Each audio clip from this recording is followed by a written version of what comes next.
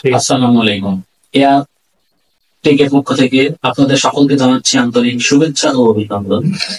আজকে আবারও হাজির হয়েছি নতুন একটি টপিক নিয়ে।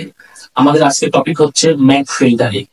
আসলে আমরা যখন নেট ব্যবহার করি তখন আমাদের অজান্তেই অনেকেই ইউজ করতে থাকে, যেগুলো আমরা জানতে পারি না।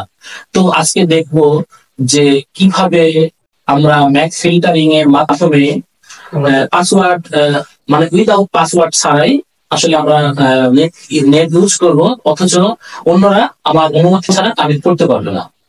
তো আর দেরি না করে চলুন আমরা মেইন বিষয়ে যাই।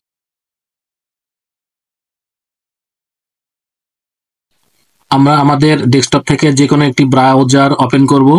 ব্রাউজার ওপেন করার পরে সার্চ অপশনে যে আমরা রাউটারে ঢোকার জন্য যে কোডটি প্রয়োজন সেই কোডটি দিব 192.168.0.1।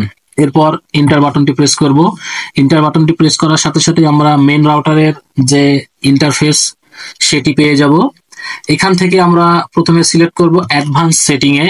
অ্যাডভান্স সেটিং এ যাওয়ার পরে এখানে আমাদের দুইটা অপশন আছে, একটা হচ্ছে ব্ল্যাক লিস্ট, একটা হচ্ছে হোয়াইট লিস্ট। আমরা হোয়াইট লিস্ট এটা সিলেক্ট করব।